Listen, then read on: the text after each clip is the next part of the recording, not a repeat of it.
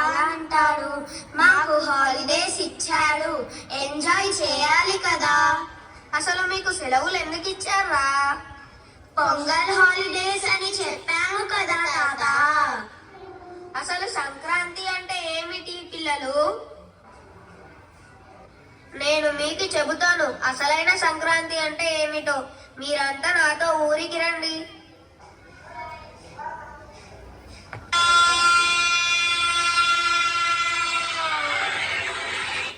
పిల్లలు, తెలుగువారు ఎంతో సంబరంగా జరుపుకునే ఈ పండుగను పెద్ద పండుగ అని ఎందుకంటారో తెలుసా? ఇది 3 రోజుల పాటుగా జరుపుకునే పండుగ. మొదటి రోజున భోగి అని జరుపుకుంటారు. బగ అనే పదం నుండి భోగి అనే మాట వచ్చిందంటారు పెద్దలు. దక్షిణాయనానికి ఆఖరి రోజున భోగి పండుగను జరుపుతారు. దక్షిణాయనంలో పడ్డ కష్టాలను, బాధలను భోగి మంటలుగా అగ్నిని సమర్పించి రాబోయే ఉత్తరాయణ కాలం సుఖ సంతోషాలతో గడవాలని కోరుకుంటారు. భోగి మంటలు ఎందుకు వేస్తారు తాతయ్య? నేను చెబుతాను భోగి మంటలు ఎందుకు వేస్తారు.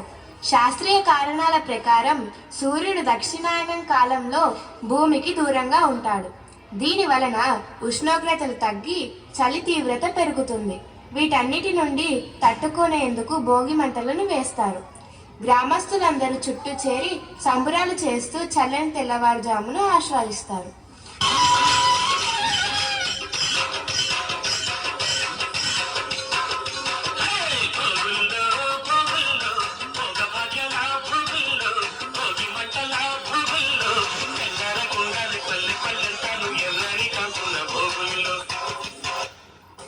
అలాగా, అర్థమైంది నాయనమ్మ. అప్పుడే అయిపోలేదురా పిల్లలు. ఇక సాయంత్రం మీలాంటి పిల్లలందరి తలపై భోగి పళ్ళు పోస్తారు. ఎందుకు పోస్తారో మీ నానమ్మని అడిగి తెలుసుకోండి. రేగి పళ్ళను బదరీ ఫలం అంటారు. రేగి చెట్టు ఎలాంటి ఒడిదడుకులనైనా ఎదుర్కొని పెరుగుతుంది. 15 డిగ్రీల నుండి 50 డిగ్రీల వరకు ఎలాంటి ఉష్ణోగ్రతనైనా తట్టుకొని నిలబడుతుంది. అందుకే తమ పిల్లలు ఆ నారాయణుడి ఆశీస్సులతో అలా ఎదగాలని కోరుతూ రేగి పళ్ళను, చెరుకు ముక్కలను, శనగలు, పూలరేకులు అన్నీ కలిపి పిల్లల తల మీద పోసి ఆశీర్వదిస్తారు. అవునా నానమ్మ, ఇంత విషయం ఉందా? మరేమనుకున్నారు? ఇక 2వ రోజు సంక్రాంతిగా జరుపుతాము. తెలుసు తాతయ్య, పతంగులను ఎగురేస్తాంగా. కేవలం పతంగుల కొరకు మాత్రమే కాదు నాన్న. ఈరోజు ఉత్తరాయణ పుణ్యకాలం మొదలవుతుంది. సంక్రాంతి నుండి సూర్యుడు మకర రాశిలో ప్రవేశిస్తాడు. ఓహో, అందుకే మకర సంక్రాంతి అంటాము కదా తాతయ్య.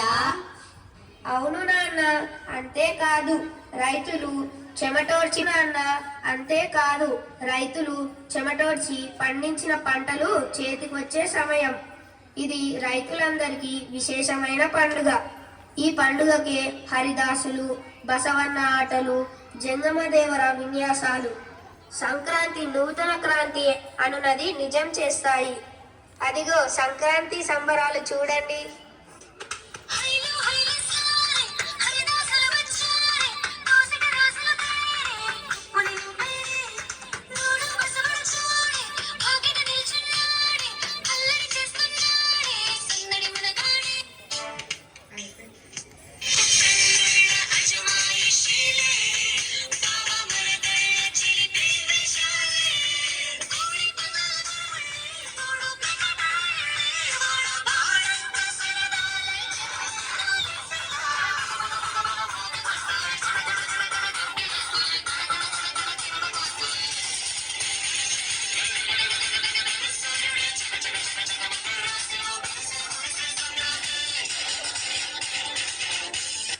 తరువాత రోజు కర్మ కదా నానమ్మ.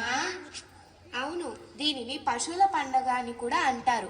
సంవత్సరం అంతా తమతో పాటుగా కష్టపడి సహాయపడిన పశుపక్షాదులకు కృతజ్ఞతలు తెలుపుతూ వాటిని కడిగి పూజించి మంచి అందించి ప్రేమను తెలుపుతారు. పక్షులకు కూడా ఆహారం అందాలని ఇంటి గుమ్మాలకు ధాన్యపు కంకులను వేలాడదీస్తారు. అవునా నానమ్మ? ఇదిరా పిల్లలు, సంక్రాంతి పండుగ అంటే తెలిసిందా? సంస్కృతి సాంప్రదాయాలకు పుట్టినిల్లు అయిన మన భారతదేశంలో ప్రతిరోజు పండుగే. విశ్వానికే గురువు అయిన ఈ పవిత్ర భూమిలో ఆచరించే ప్రతి పండుగలు ప్రకృతిని పరిచయం చేసేవే, మనిషిని సహజ స్వభావమైన ఆనందాన్ని గుర్తు చేసేవే. ఇంత విజ్ఞానమును పండుగలుగా మనకు అందించిన మన పూర్వీకులకు కృతజ్ఞతలు. ధన్యవాదాలు.